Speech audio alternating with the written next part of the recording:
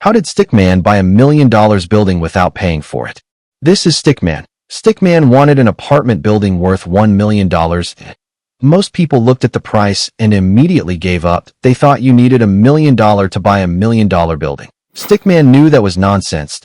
Because rich people don't buy buildings with money, they buy them with systems. So why everybody spent years saving cash? Stickman walks into a bank. The bank looked at the building, then looked at Stickman, then handed him a loan covering most of the purchase price. Stickman only had to put down a small fraction himself. Most people would call that debt. Stickman calls it leverage. Now Stickman had a massive problem.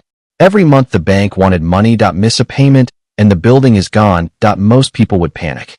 Stickman smiled.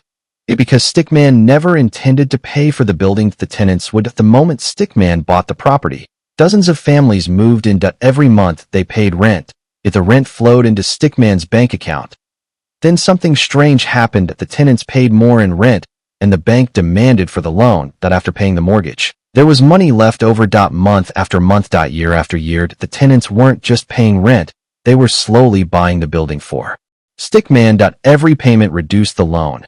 Every payment increases Stickman's ownership.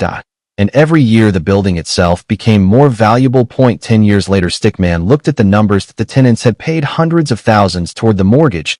The property had risen value, and Stickman had collected cash flow the entire time. That's when most people realized the game is rigged differently than they thought. Poor people save money to buy assets. Rich people buy assets first, then let the assets pay for themselves. Stickman didn't buy a building. He bought a machine that can convince other people to buy it for him.